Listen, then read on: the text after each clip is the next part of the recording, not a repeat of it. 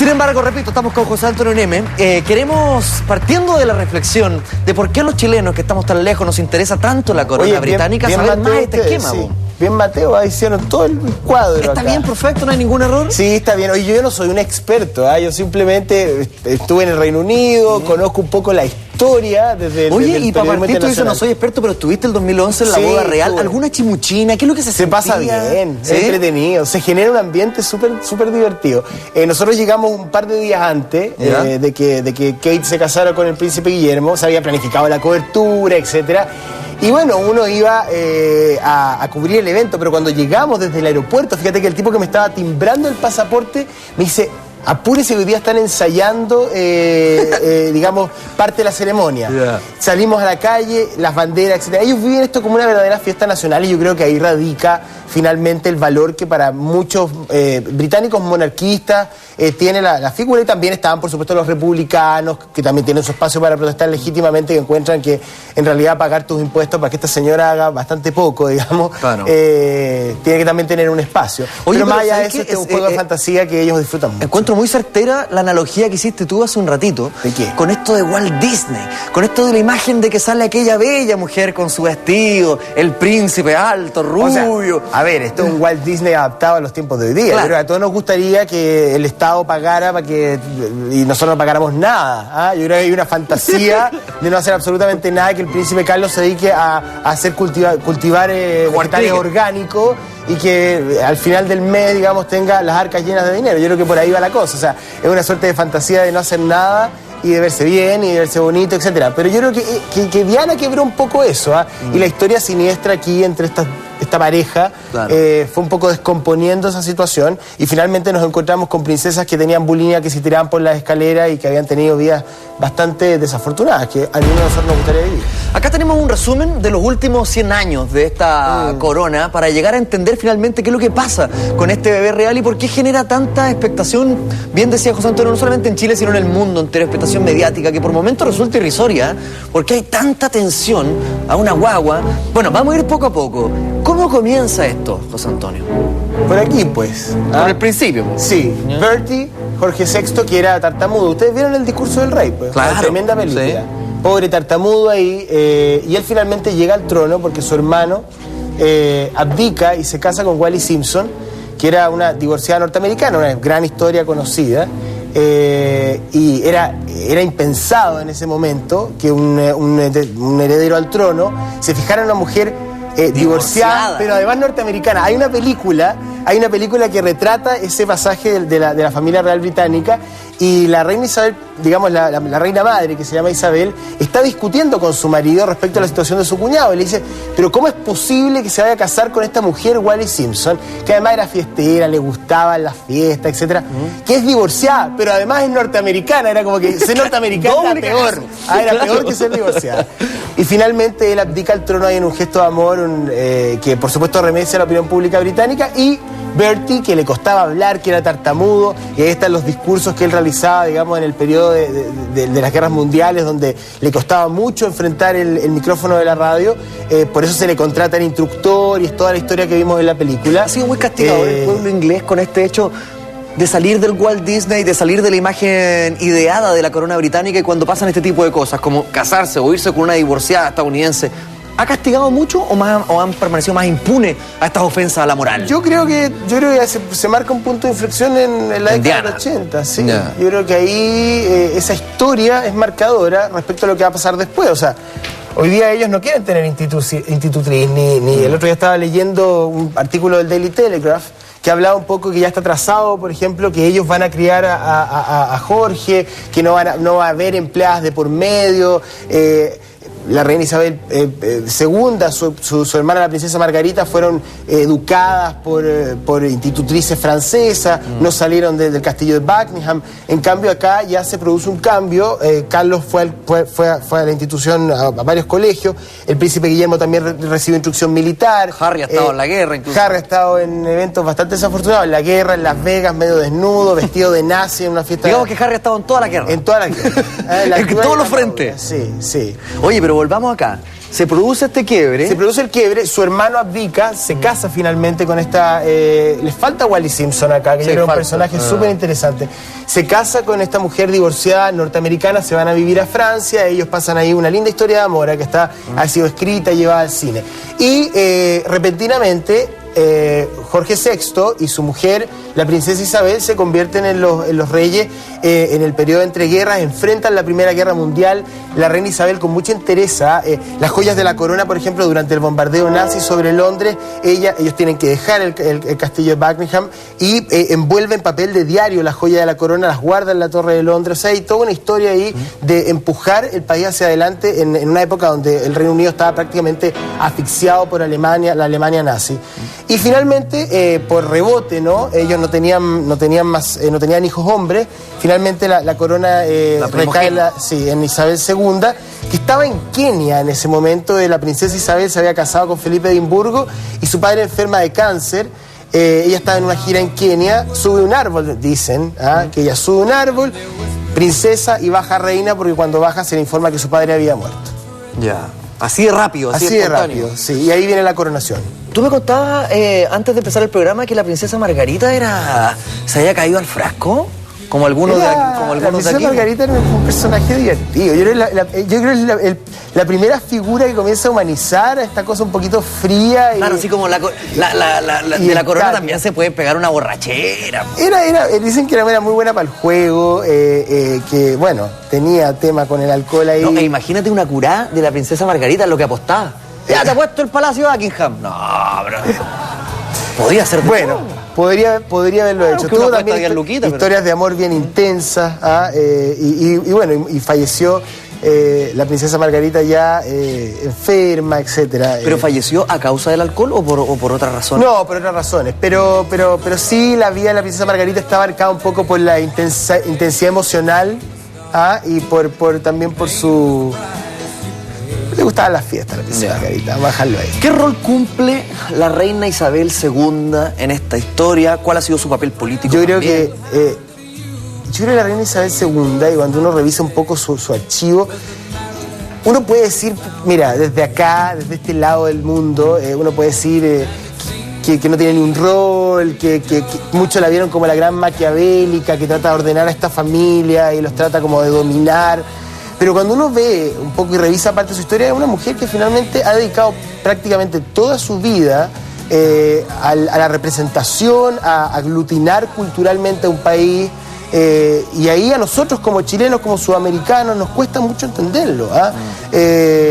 Uno puede hablar con británicos de distintas tendencias políticas. Ella ha visto pasar a muchos primeros ministros, ha despedido a muchos también. Su imagen está en los billetes, o sea, imagínate lo que eso significa. Yo creo que, yo humildemente como chileno me parece que es muy difícil poder entender, hay que ser un británico de tomo y lomo para poder explicarse la figura que implica, que representa a la reina Isabel II. ¿La real incidencia política, José Antonio? ¿Hasta qué punto llega la real incidencia política de la corona? No, la monarquía inglesa desde la Edad Media introdujo ciertos... fue la primera en darse cuenta que esos absolutismos no los iba a llevar a ninguna parte. Y ahí tenemos el caso de la monarquía francesa, que vemos cómo terminó con todos decapitados, y después el absolutismo. Y después un Napoleón coronándose emperador que nadie se lo puede explicar, varios estados de república, etc. La monarquía inglesa, en cambio, introduce ya en la Edad Media mecanismos de participación, cuotas de parlamentarismo, y es una monarquía que prácticamente no tiene ninguna interrupción, solamente una muy breve. Pero finalmente es una de las más estables de Europa, por entender, siempre ha sido muy visionaria políticamente. Si uno revisa un poco la historia, se da cuenta que desde muy temprano se dio cuenta que ese absolutismo de derecho divino no lo iba a llevar nada más que a una directa revolución, y ahí está el ejemplo de Francia y también de Rusia. JC, ¿me puedes poner una música ahora así como de boletín informativo, música más de farándula? Porque la corona... Qué rápido que es impresionante la velocidad que tiene. Son activos. Me gusta. Sí, de hecho conocí a una chica y le pidió matrimonio inmediatamente porque no estaba ni ahí con pasar por el pololeo. ¿Qué más? Acá está, y estamos viendo Isabel, la princesa Margarita, pero vamos a pasar a esta pareja que, como bien dices tú, ya en la década de los 80, en los principios de los 90, generaba otro tipo de temáticas desde la corona británica que estaban en la chimuchina y que podían estar en el diario The Sun, que es el príncipe Carlos y la princesa Diana. A ver, yo creo que la década del 80 en general no se entiende sin Carlos y Diana. O sea, si uno revisa los íconos de los 80, los tiene bastante claros. De Michael Jackson, no sé, Madonna, hacia el final en la caída del muro de Berlín, y al principio el matrimonio de Carlos y Diana, su relación a finales de los años 70, el año 79, ellos se conocen o se representan a partir de la reina madre, que era amiga de la abuela de Diana, y ellos se conocían porque Diana era de los círculos monárquicos, pero la familia de Diana era una familia digregada, dispersa. Su madre la había abandonado y el conde Spencer se había hecho cargo de los hijos. Pero igual era una familia acaudalada, ¿no? Así como en algún momento se decía que la princesa Diana prácticamente era la que estaba trapeando el piso y conoce a este príncipe. Lo que pasa es que Diana,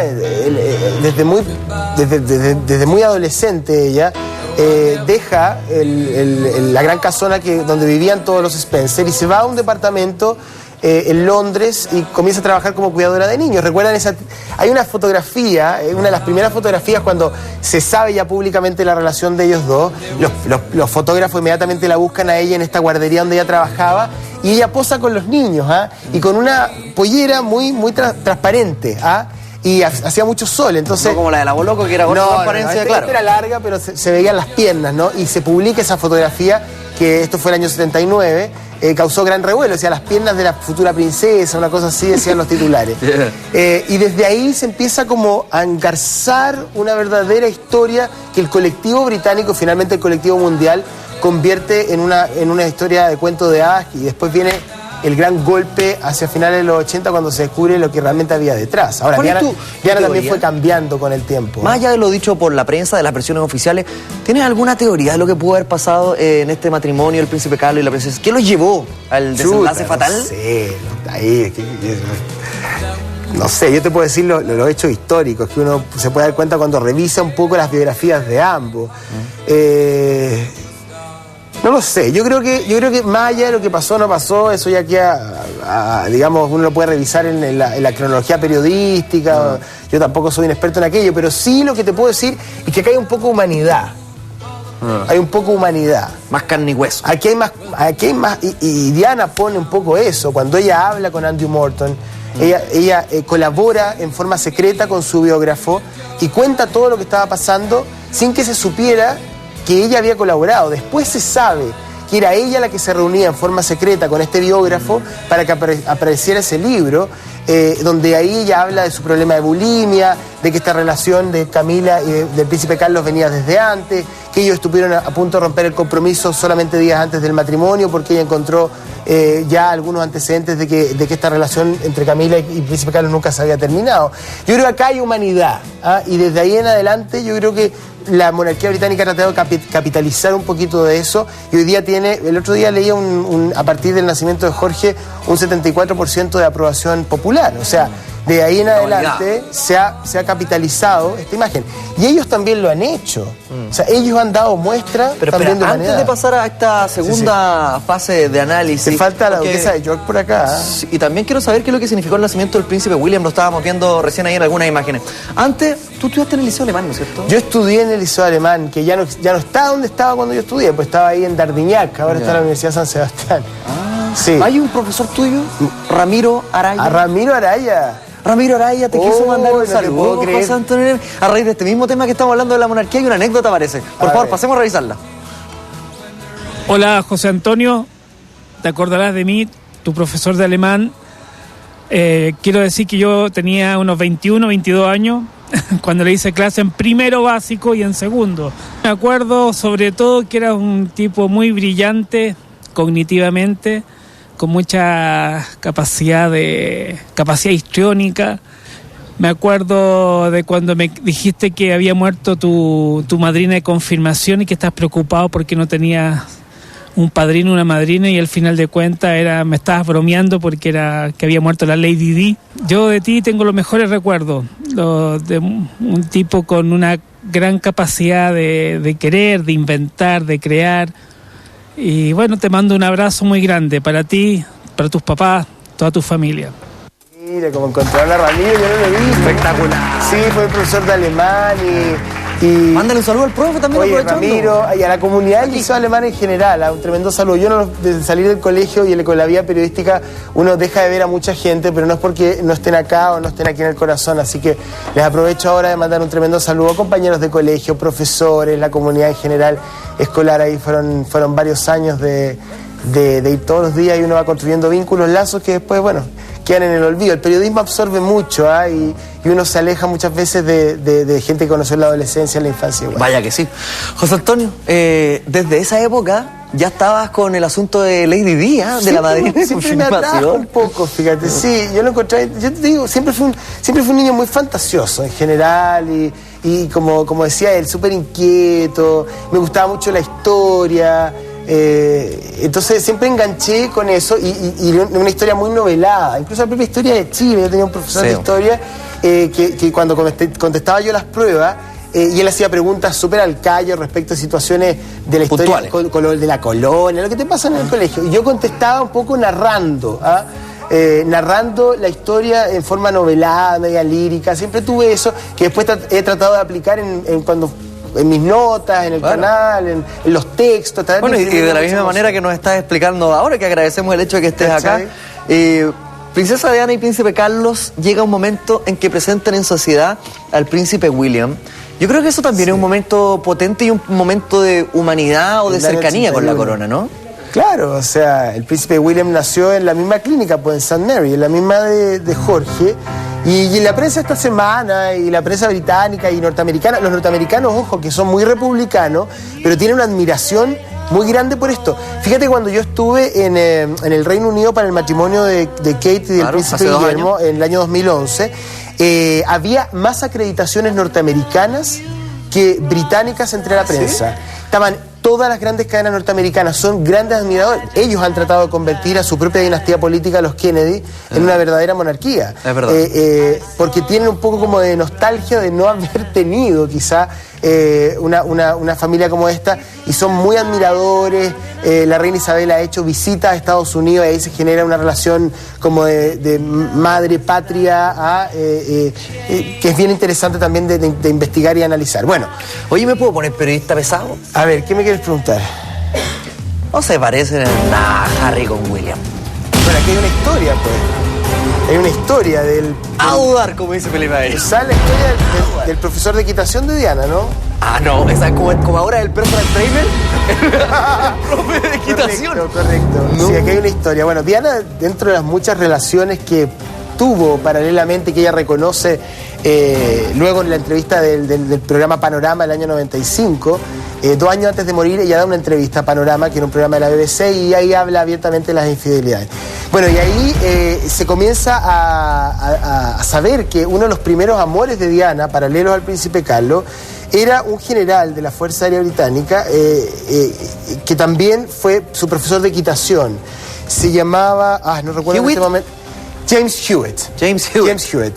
Que después fue destinado a Alemania, ella le escribía cartas, etc. Y él sacó un libro. Y muchos dicen, claro, que aquí en realidad el príncipe Enrique podría haber sido hijo de James Hewitt. Si uno pone la fotografía de James Hewitt, no sé si la tienen por ahí. Harry. Pero efectivamente, claro, el príncipe Enrique se parece Harry mucho. Lo encuentro más parecido al príncipe Carlos. El que me generaba duda era Guillermo. No, yo creo que con Guillermo tenemos problemas. No. Guillermo sin duda. Si lo que dice el sensacionalismo británico es que dudan de la paternidad de... Se dudó en algún momento, digamos, si uno revisa un poco la historia periodística, se dudó en algún momento de que Harry pudiese ser hijo del príncipe Carlos y que efectivamente era hijo de James Hewitt. Quizás por eso es tan díscolo también, como que está ahí con la corona Harry. James Hewitt habló después de la muerte de Diana muy poquito, y de él yo la verdad nunca más vi una entrevista ni nada. De hecho dicen que él le regaló a ella, le hizo varios regalos, joyas que ella nunca utilizó. Y después ella también tuvo un par de amores más, que es un doctor pakistaní, que es lo que narra la película que va a estrenarse ahora. Y también finalmente con Dodi Al-Fayed, con quien fallece en París. Oye, le mandamos un saludo a Hewitt, y si en el caso de que quiera venir acá a Mentira Verdadera a contar la verdadera historia, dice que nosotros felices. Oye, Princesa Diana, No sé si te da la misma sensación. ¿Qué sensación? Como de una expresión constantemente triste. Mira, por ejemplo, viendo esas mismas imágenes, como una... Esa es la entrevista, esa es la entrevista que yo te comentaba del programa Panorama, del año 95.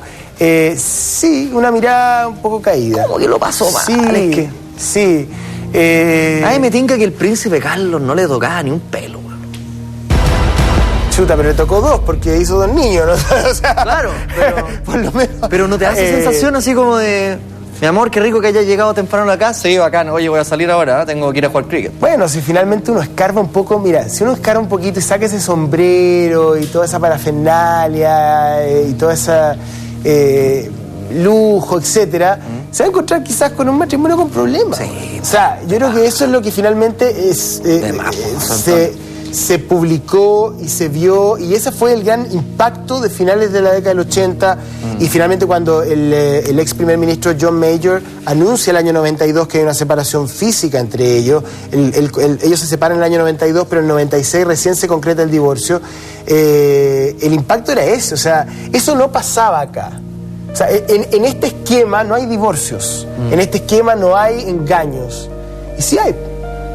Y hay engaños, que sí. Y hay divorcios. Yo creo que incluso más de lo que uno cree, entonces, Antonio, porque es un mundo que se mueve en base a muchas veces a la mentira o a la apariencia, a cómo luces tú ante los demás. No solamente ese mundo, todos los mundos. Y yo nos hemos ido dando cuentas con el tiempo. Mira, hoy día mismo, y mezclando cosas, ¿no? O sea, hoy día mismo el Papa Francisco, volviendo al Vaticano, diciendo, ¿quién soy yo para juzgar a los homosexuales?